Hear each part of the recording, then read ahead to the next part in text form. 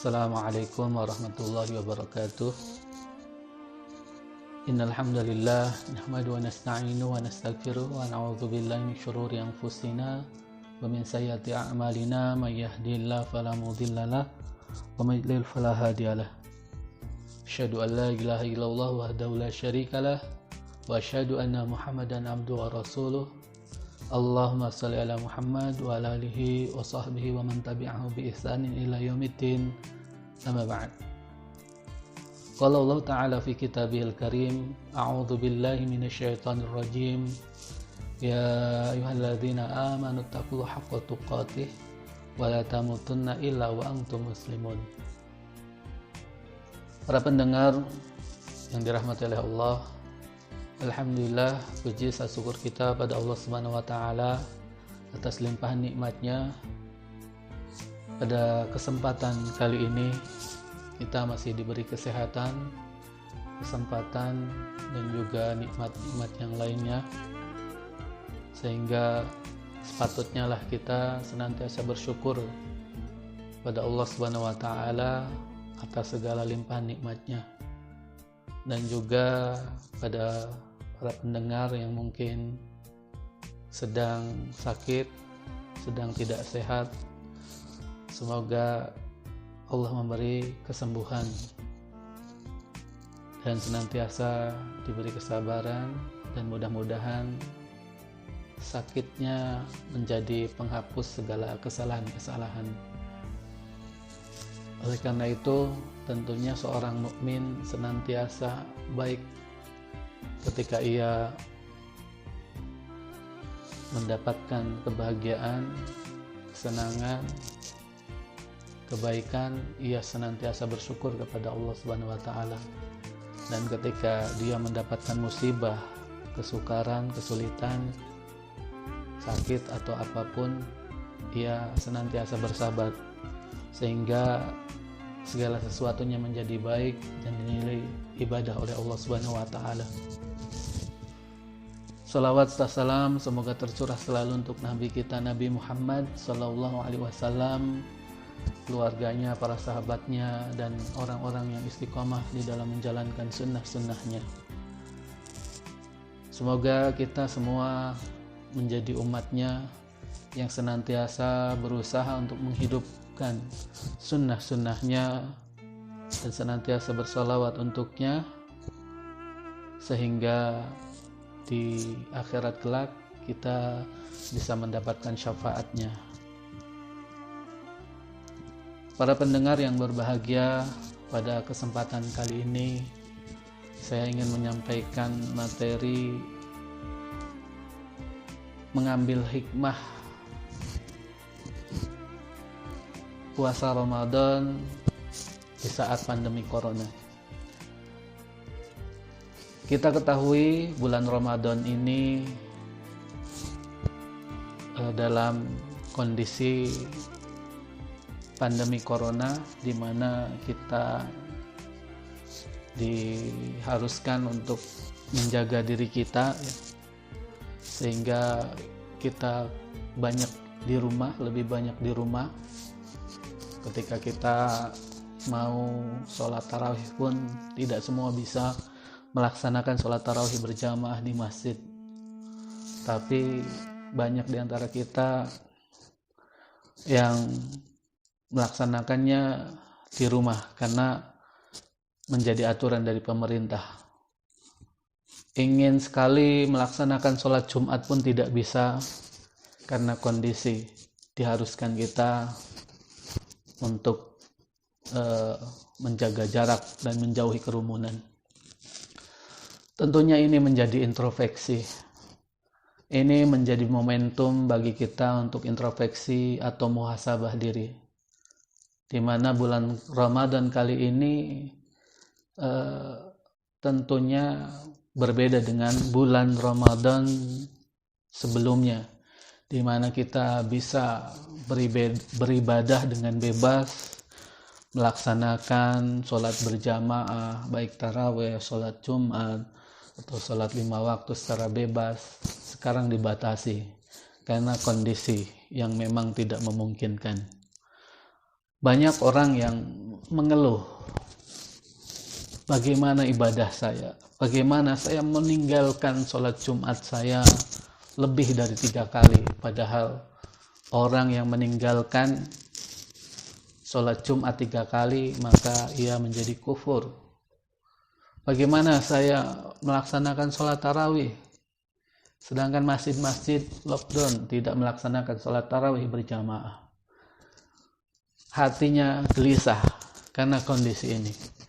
Tentunya kegelisahan ini disebabkan karena kita merasa butuh akan ibadah kita, merasa butuh akan jamaah, akan sholat berjamaah, bahwa kita butuh taqarrub ilallah, mendekatkan diri kepada Allah, sehingga merasa gelisah ketika kita harus meninggalkan sholat berjamaah, sholat Jumat di masjid. Ada rasa kegelisahan, risau, apakah ini benar ataukah salah. Tentunya dari berbagai macam tulisan, fatwa-fatwa yang dikeluarkan, kita tahu bahwa memang kondisi darurat ini mengharuskan kita seperti itu. Berarti ketika kita melaksanakan seperti ini, ada suatu hal yang benar, yang dibenarkan menurut syariat. Maka bagaimanakah kita bisa mengambil hikmah bulan Ramadan ini di saat pandemi corona? Kita tahu bahwa bulan Ramadan adalah sebagai proses memulai kembali. Sering kita mendengar bahwa ketika kita melaksanakan ibadah di bulan Ramadan, itu adalah proses di mana itu kita di training agar kita kembali kepada fitrah. Selepas Ramadan kita seperti seorang yang dilahirkan kembali. Ada beberapa hal yang mungkin kita harus kita renungkan, kita muhasabah diri, di mana puasa ini sebagai proses kembalinya kita kepada fitrah. Maka ada 3 dimensi yang kita bisa renungkan. Yang pertama adalah dimensi ritual formal atau fisik, di mana ibadah Ramadan yang di situ ada puasa, maka di sini puasa dimaknai sebagai ritual mencegah dari segala sesuatu yang membatalkan, baik makan, minum, ataupun berhubungan suami istri. Maka ini adalah dimensi fisik, ya. Kita melatih fisik kita untuk mengembalikan tubuh kita itu yang biasanya makan, minum, sesuatu yang dihalalkan, kini dilarang. Dari sejak terbit matahari, terbit fajar ya, sampai terbenamnya matahari, kita diharuskan menahan dengan puasa tersebut. Ini adalah bagaimana proses memperbaiki fisik kita. Yang kedua adalah dimensi spiritual atau kerohanian. Artinya puasa sebagai ritual menjauhkan diri dari hal-hal yang bersifat buruk atau sesuatu yang diikuti oleh hawa nafsu yang bersifat rohani. Maka kita ketika melaksanakan ibadah Ramadan, ibadah puasa, kita dilarang untuk bermaksiat, untuk menggunjing, untuk berbohong, ataupun hal-hal yang itu bisa menghilangkan pahala puasa kita, membatalkan puasa kita. Mungkin puasanya sah, tetapi kita hanya mendapatkan lapar dan dahaga saja. Karena puasanya tidak diiringi dengan menahan hawa nafsunya, menahan diri dari segala bentuk kemaksiatan. Maka ini ketika berpuasa tentunya kita harus mengembalikan rohani kita, mengembalikan kepada fitrah. Artinya menahan diri dari segala sifat-sifat buruk kita. Kemudian yang ketiga adalah dimensi intelektual.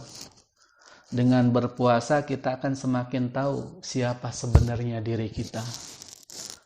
Hanya menahan lapar, menahan dahaga, menahan makan, kita sudah merasakan bagaimana lemahnya diri kita.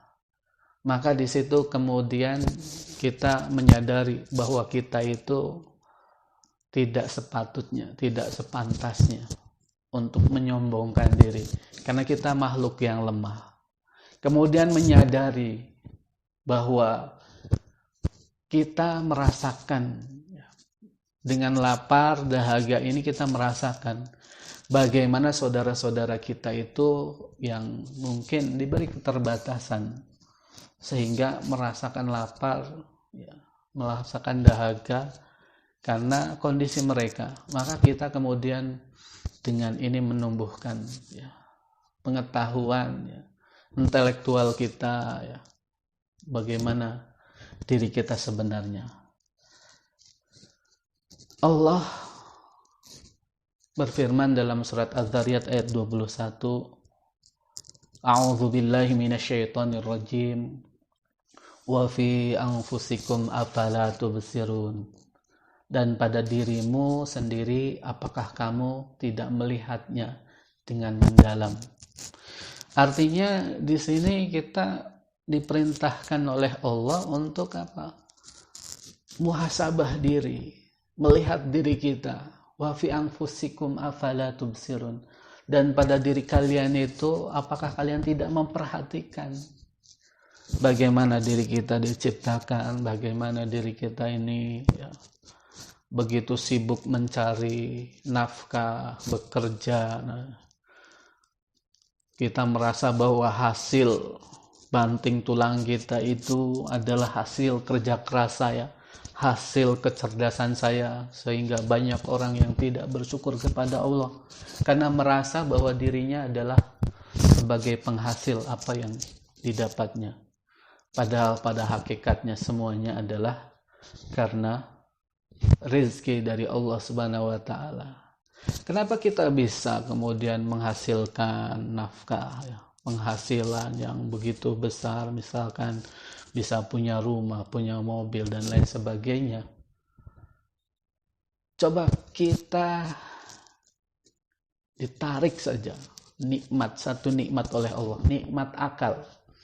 Yang akal itu diberikan oleh Allah, kita sudah tidak bisa berpikir, maka kita sudah tidak bisa berbuat apa-apa. Kita dicabut saja satu nikmat, tangan kita, kaki kita tidak bisa bergerak, maka kita tidak bisa berbuat apa-apa. Maka pada hakikatnya rezeki yang kita usahakan, yang kita di situ mencarinya, nafkah, harta dunia ini, pada hakikatnya adalah rezeki dari Allah Subhanahu wa taala. Maka di sini kemudian kita timbul kesadaran bagaimana tentang diri kita. Para pendengar yang dirahmati Allah, maka dengan kata lain, puasa bukan hanya sekedar ritus tahunan atau ritual tahunan yang berisi peribadahan, namun puasa menghadirkan ruang untuk bermuhasabah, untuk merenung bagaimana hakikat diri kita. Kemudian dengan itu kita bisa memperbaiki diri kita. Nah, pada bulan Ramadan kali ini tentunya berbarengan dengan pandemi corona, COVID-19, COVID-19 yang mengubah langkah aktivitas kehidupan manusia secara radikal. Artinya secara mendasar, hampir semua aktivitas kita di lockdown, di lockdown bukan di download ya. Bekerja, banyak orang yang dirumahkan ya, di PHK ya. Kemudian belajar kita tidak bisa di sekolah seperti biasa ya. Siswa yang biasanya ke sekolah belajar bisa berinteraksi dengan guru dan teman-temannya, bisa mengekspresikan ya pembelajarannya. Sekarang harus di rumah dengan online, ada yang kuotanya terbatas, ada yang HP-nya jadul kesulitan. Guru juga sama, ada yang gurunya bisa online bisa tidak, menjadi kesulitan. Sebagian orang kesulitan berdakwah yang harusnya pengajian ini harus online, streaming, harus rekaman seperti saya ini direkam dulu. Yang berdagang tadinya biasanya buka toko di pasar harus online, sehingga WA-nya penuh dengan online shop ya, all shop semua, barang dagangan dipajang semua di story-nya ya, di statusnya ya. Ini perubahan-perubahan yang disebabkan oleh adanya pandemi corona ya, sehingga semuanya dilakukan secara daring atau virtual atau online ya. Maka ini menjadikan pemikiran kita berubah ya, pemahaman kita berubah, bahwa kita menghadapi sesuatu yang tidak biasa, sesuatu yang berbeda ya. Aktivitas kita berubah semua ya, tentu timbul kejenuhan. Ada orang yang mungkin semakin soleh ya, semakin dekat dengan Allah, ada yang semakin galau ya, semakin pikirannya nggak karuan karena mungkin jenuh di rumah ya, dan kebanyakan di rumah, sehingga ada yang suami istri tadinya sama-sama kerja, sekarang sering di rumah, sering cekcok ya, malah sering berantem. Ada yang malah semakin baik dengan keluarga karena bisa saling memahami ya. Maka perlu kemudian menata hati kita juga ya, menata pikiran kita ya, pemahaman kita ya, bagaimana menghadapi ya pandemi corona itu dengan hal-hal yang positif. Di antaranya salah satu caranya adalah dengan mengambil hikmahnya. Tentunya kita semua tidak senang dengan adanya pandemi ini, tetapi ini sesuatu yang tidak bisa kita hindarkan dan harus kita jalani. Artinya maka kita harus di sini banyak-banyak bersabar. Kita tahu bahwa pokok-pokok ajaran agama Islam itu terdiri dari akidah, ibadah, akhlak, dan muamalah. Kesemuanya mengatur ya hubungan kita dengan Allah, hablum minallah, kemudian juga mengatur hubungan kita dengan sesama manusia, hablum minannas ya, dan hubungan dengan dirinya sendiri. Dalam keadaan pandemi virus corona seperti sekarang, puasa Ramadan ini tentunya menjadi spesial sebenarnya, karena berbeda dengan bulan-bulan Ramadan sebelumnya ya, tahun-tahun sebelumnya. Ritual keagamaan yang menyertai ibadah-ibadah Ramadan tak semeriah seperti biasanya. Biasanya kita ramai di masjid ya, tadarusan, kajian, sholat berjamaah. Ini masjid sepi, Isya aja paling di masjid ya, yang saya alami itu cuman 2 orang, 1 imam, 1 makmum, 3 orang, yang 1 makmum perempuan. Itu habis itu sudah tutup masjidnya. Nah ini tidak seperti biasanya. Kadang kita merasa sedih gitu. Masjid, rumah Allah ya, rumah Allah jadi kosong ya. Ada yang mungkin suka tadarus ya bersama, tidak bisa. Ngabuburit, jalan-jalan, kumpul-kumpul di sore hari menjelang berbuka, ngabuburit itu menunggu burit ya, menunggu maghrib ya. Buka bersama, biasanya reunian buka bersama, sekarang tidak bisa ya. Kuliah subuh tidak ada, harus online. Maka apa hikmahnya, apa yang bisa kita ambil pelajaran dari kondisi saat ini yang kita harus stay at home ya, tetap di rumah saja. Yang pertama adalah menghidupkan rumah dengan Al-Quran ya, di mana ada hadis Rasulullah Sallallahu Alaihi Wasallam. Hadis Rasulullah Sallallahu Alaihi Wasallam yang berbunyi, la taj'alu buyutakum maqabira inna syaitana yanfiru minal baitil ladzi tuqra'u fihi suratul Baqarah. Hadis riwayat Muslim ya, nomor 1860, yang artinya janganlah jadikan rumah kalian seperti kuburan, karena setan itu lari dari rumah yang di dalamnya dibacakan surat Al-Baqarah. Mungkin ini introspeksi bagi diri kita ya, ketika di rumah coba kita perhatikan ada Al-Quran enggak. Pasti insya Allah setiap rumah ada Al-Quran. Tapi kita bertanya lagi, sering dibaca atau tidak, atau hanya jadi pajangan saja.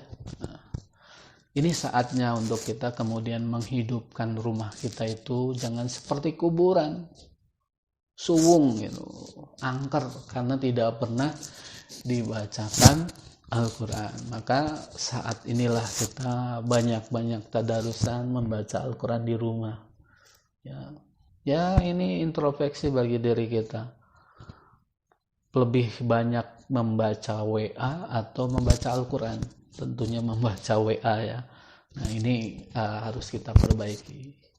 Mari kita membaca Al-Quran, memperbanyak baca Al-Quran. Kita setel, kalau kita tidak sempat membaca, kita setel murotal Al-Quran, yang itu akan menjauhkan setan dari rumah kita.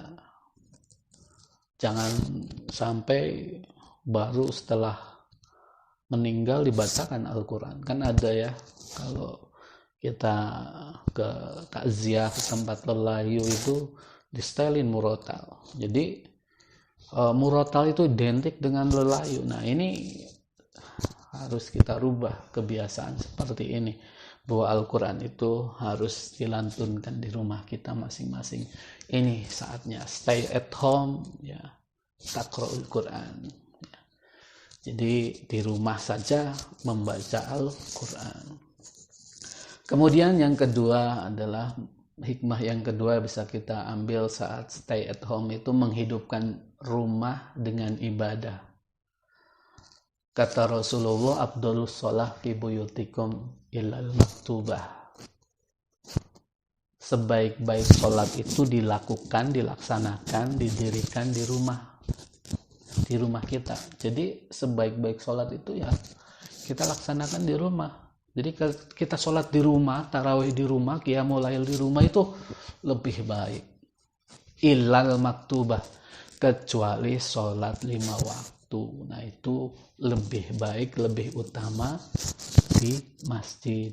Maka kita coba ya, mulai kemudian mengambil fadilahnya, afdolnya, utamanya, dengan memperbanyak sunnah-sunnah di rumah. Baik sholat tarawih. Sholat tarawih itu sunnah ya. Ada orang yang merasa wajib, ada orang yang nggak sholat isya tapi sholat tarawih, ada orang yang nggak sholat maghrib tapi sholat tarawihnya berjamaah. Nah, ini salah kaprah. Jadi sholat qiyamul lail, tarawih, tahajud itu sama, sholat witir ya. Ini lebih baik di rumah gitu. Walaupun kalau kita ingin mendapatkan jamaahnya di masjid ya Rasulullah tidak pernah mewajibkan itu, tapi kita mengambil fadilah dengan sholat di rumah dengan dengan keluarga. Kita berjamaah di rumah sholat tarawih dengan keluarga itu afdol ya, utama.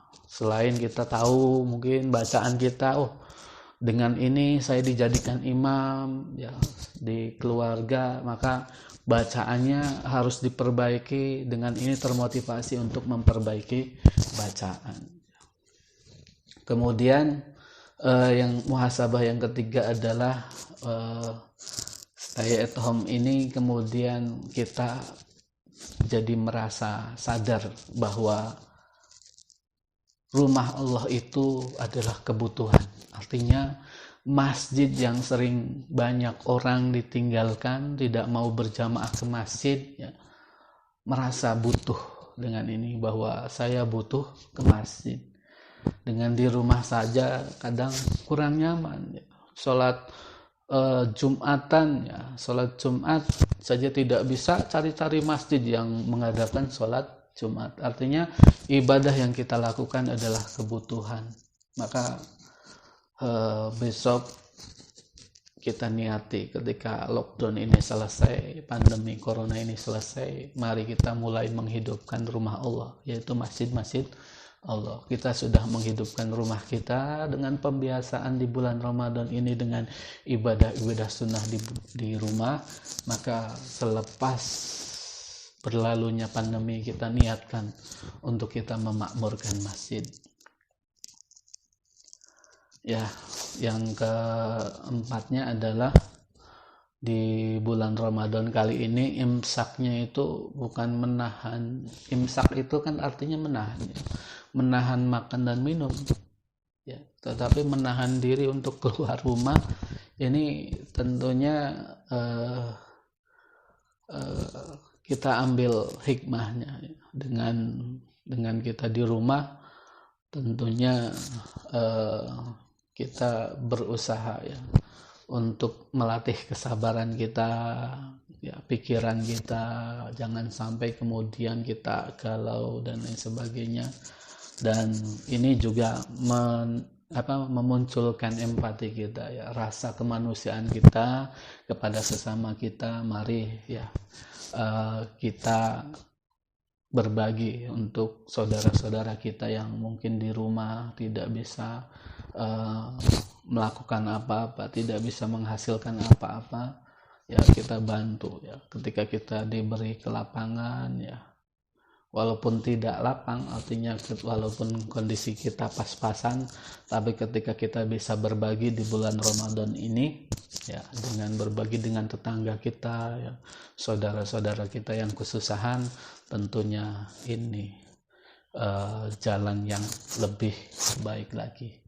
Oleh karena itu, mari kita semua tetap di rumah ya, jaga jarak, jauhi kerumunan ya, kemudian juga banyak berdoa. Mudah-mudahan doa kita dikabulkan oleh Allah ya, dijauhkan dari wabah ini ya, wabah ini segera dijauhkan dari kita dan segera dinormalkan kembali, sehingga kita bisa beraktivitas seperti biasa, bisa beribadah seperti biasa, bisa berjamaah di masjid, sholat Jumat, tarawih. Dengan ini tentunya kita dalam musibah ini diberi kesabaran. Jadi insya Allah akan dinilai oleh Allah sebagai pahala ketika kita bisa bersabar dalam pandemi corona ini, tetap istiqomah di dalam ibadah kita. Mungkin itu yang dapat saya sampaikan pada para pendengar yang dirahmati oleh Allah. Hikmah dari pandemi corona di bulan Ramadan ini tentunya kita ambil yang positifnya ya, bukan berarti kita kemudian malah melokro, putus asa, jauh dari Allah, tapi tetap istiqomah di dalam ketaatan.